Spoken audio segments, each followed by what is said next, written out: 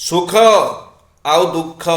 ରାତି ପାହିଲା ପରେ ଯେପରି ସକାଳ ଆସେ, ଠିକ୍ ସେପରି ଦୁଃଖ ପରେ ସୁଖ ନିଶ୍ଚୟ ଆସେ। କେବଳ ପାର୍ଥକ୍ୟ ଏତିକି, ସୁଖ ଜୀବନରେ ଟିକେ ଅହଙ୍କାର ଭରିଦିଏ, ଆଉ ଦୁଃଖ କିଛି ଶିକ୍ଷା ଦେଇ ଯାଇଥାଏ, ଆଉ ଜୀବନର ପ୍ରକୃତ ମୂଲ୍ୟ ଚିହ୍ନେଇ ଦେଇଥାଏ। ସୁଖ ଏବଂ ଦୁଃଖ ଜୀବନରେ ସମସ୍ତଙ୍କ ପାଖକୁ ଆସିଥାଏ, କିନ୍ତୁ ସୁଖ ସମୟରେ ଗର୍ବ କରନ୍ତୁ ନାହିଁ, ଆଉ ଦୁଃଖ ସମୟରେ ଟିକେ ଧୈର୍ଯ୍ୟ ଧରି ଅପେକ୍ଷା କରନ୍ତୁ। ସୁଖ ଦିନେ ନା ଦିନେ ନିଶ୍ଚୟ ଆସିବ। ଧାର ଦିଅନ୍ତୁ, କିନ୍ତୁ ଭାବିଚିନ୍ତି। ଧାର ଦେଇଥିବା ଲୋକକୁ ନିଜର ଝାଳ ବୁହା ଧନକୁ ଭିକାରୀ ଭଳି ମାଗିବାକୁ ପଡ଼େ।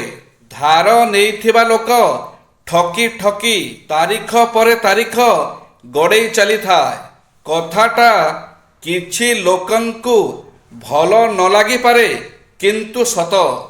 ପଇସାର ଅଭାବ ସମସ୍ୟା ନୁହେଁ, ଅସଲି ସମସ୍ୟା ହେଉଛି ଉଚିତ ବିଚାରଧାରାର ଅଭାବ। ଧନ ଆମ ଜୀବନରେ ବୃଦ୍ଧି ପାଉ, କିନ୍ତୁ ତାହା ଆଧ୍ୟାତ୍ମ୍ୟରୁ ଆମକୁ ଦୂରେଇ ନ ନେଇ ଯାଉ, ବରଂ ଆଧ୍ୟାତ୍ମ୍ୟରେ ଆମକୁ ସାହାଯ୍ୟ କରୁ। ଯଦି ଆପଣ ପଇସାକୁ ଲକ୍ଷ୍ୟ ବୋଲି ବୁଝି ନେଇଛନ୍ତି, ତେବେ ପଇସା ଆପଣଙ୍କୁ ସାହାଯ୍ୟ କରିବ ନାହିଁ। ଯଦି ରାସ୍ତା ବୋଲି ବୁଝିଛନ୍ତି, ତେବେ ବହୁତ ସାହାଯ୍ୟ କରିବ। ଯେତେବେଳେ ପଇସା ଲକ୍ଷ୍ୟ ହୋଇଯାଏ, ସେତେବେଳେ ତା ସହିତ ଇମୋସନ ବା ଆସକ୍ତି ଜଡ଼ିତ ହୋଇଯାଏ। ସେଥିପାଇଁ ଏହାକୁ ଇମୋସନାଲ ପ୍ରୋବ୍ଲେମ କରନ୍ତୁ ନାହିଁ। ଲୋକେ ଧନାସକ୍ତ ହୋଇ ଉଚିତ ବିଚାର, ଉଚିତ ଉପାୟ ଓ ସୃଜନାତ୍ମକ ବିଚାର ହରାଇଥାନ୍ତି।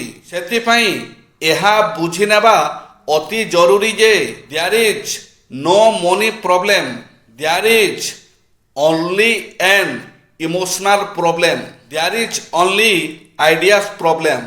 ଏହି ବୋଧକୁ ସବୁବେଳେ ଧ୍ୟାନରେ ରଖନ୍ତୁ, କାରଣ ନୂଆ ବିଚାର ଓ ନୂଆ ଭାବନାକୁ ମଣିଷ ସହଜରେ ଚିହ୍ନି ପାରେ ନାହିଁ। ଚାରିଆଡ଼େ ନୂଆ ଜିନିଷର ନବନିର୍ମାଣର ଏତେ ଆବଶ୍ୟକତା ରହିଛି ଯେ ଯଦି କେହି ତିଆରି କରିପାରେ, କେହି ବିକ୍ରି କରିପାରେ, ତେବେ ଧନର ଅଭାବ ରହିବ ନାହିଁ। କିନ୍ତୁ କେହି ଭାବିବାକୁ ରାଜି ନୁହେଁ, କାରଣ ଭାବିବାର କଳା ଶିକ୍ଷା ଦିଆଯାଇ ନାହିଁ।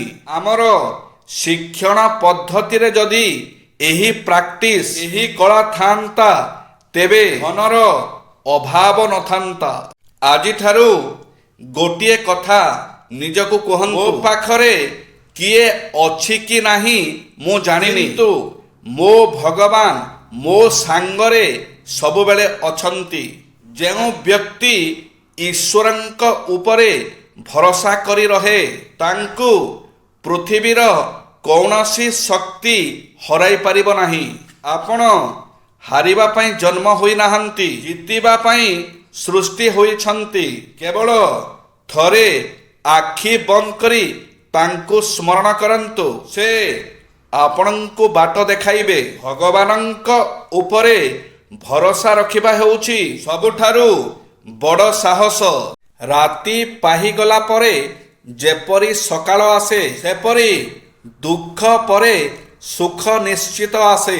କେବଳ ପାର୍ଥକ୍ୟ ଏତିକି, ସୁଖ ଜୀବନରେ ଅହଙ୍କାର ଭରିଦିଏ, ଦୁଃଖ କିଛି ଶିକ୍ଷା ଦେଇଯାଏ ଓ ଜୀବନର ପ୍ରକୃତ ମୂଲ୍ୟ ଚିହ୍ନେଇ ଦେଇଥାଏ। ପ୍ରତ୍ୟେକଙ୍କ ଜୀବନରେ କିଛି ନା କିଛି ସମସ୍ୟା ଥାଏ, ତେଣୁ ସେ ସମସ୍ୟାରୁ କିପରି ବାହାରିବେ, ସେଥିପ୍ରତି ଦୃଷ୍ଟି ଦେବା ନିହାତି ଆବଶ୍ୟକ। ଜୟ ଶ୍ରୀ ଜଗନ୍ନାଥ।